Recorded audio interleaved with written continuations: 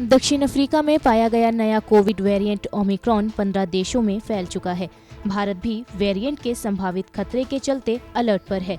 केंद्र सरकार ने सोमवार को अंतर्राष्ट्रीय यात्रा कर भारत लौटे लोगों के लिए रिवाइज्ड कोविड गाइडलाइन जारी की है। इसमें निरंतर कोविड टेस्ट से लेकर सख्त क्वारंटीन को शामिल किया गया है। केंद्र ने पहले राज्यों से भी सीमा में प्रवेश कर रहे यात्रियों की टेस्टिंग और दूसरे कदम उठाने के लिए कहा था।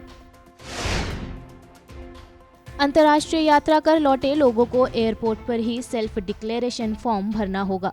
इसके साथ एक नेगेटिव RT-PCR रिपोर्ट भी अटैच होनी चाहिए। किसी एक शर्त के भी पूरा न होने पर भारत में एंट्री नहीं दी जाएगी। भारतीय स्वास्थ्य मंत्रालय ने शुक्रवार को एक नोटिस जारी कर ब्राजील, न्यूजीलैंड, बोत्सवाना, दक्षिण अफ्रीका, ब्रिटेन, यूरोप और इजराइल जैसे देशों को रिस्क कंट्री में रखा है। इनमें से कई देशों में कोरोना का नया रूप पाया गया है।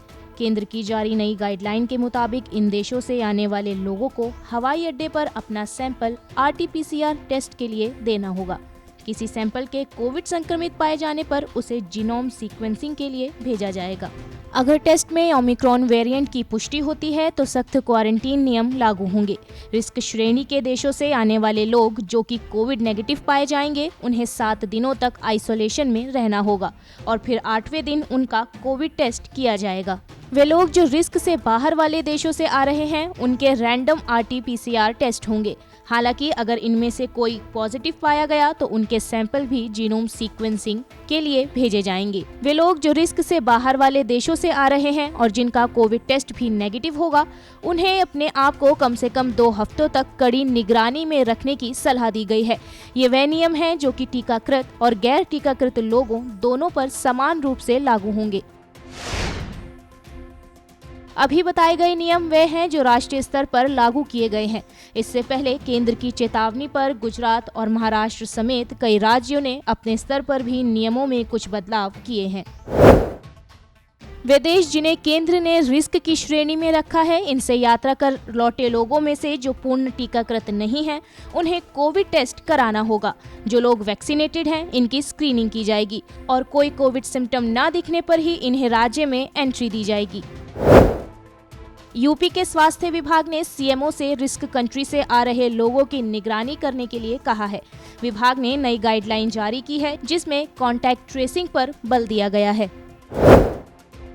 महाराष्ट्र में आ रहे अंतर्राष्ट्रीय यात्रियों को केंद्र की गाइडलाइन फॉलो करनी होगी, जबकि डोमेस्टिक यात्रियों को राज्य में एंट्री के लिए या तो 72 घंटे पुरानी RT-PCR रिपोर्ट रखनी होगी या फिर पूर्ण टीकाकृत होना जरूरी है। कर्नाटक में आ रहे अंतर्राष्ट्रीय यात्रियों को अनिवार्य कोविड टेस्ट कराना होगा और इन्हें तभी हवाई अड्डे से जाने दिया जाएगा जब उनकी जांच रिपोर्ट नेगेटिव होगी। केरल की स्वास्थ्य मंत्री वीना जॉर्ज ने कहा कि अंतर्राष्ट्रीय यात्रा से लौटे लोगों पर 7 दिनों तक सख्त निगरानी होगी। ओमिक्रॉन वेरिएंट से प्रभावित देशों की यात्रा से लौटे लोगों को एयरपोर्ट पर टेस्ट से गुजरना होगा। पॉजिटिव यात्री क्वारंटीन होंगे। राष्ट्रीय और राज्य स्तर पर नई गाइडलाइन जारी होने के बीच केंद्र सरकार रेगुलर अंतर्राष्ट्रीय फ्लाइट फिर से शुरू करने के अपने फैसले की समीक्षा कर रहा है।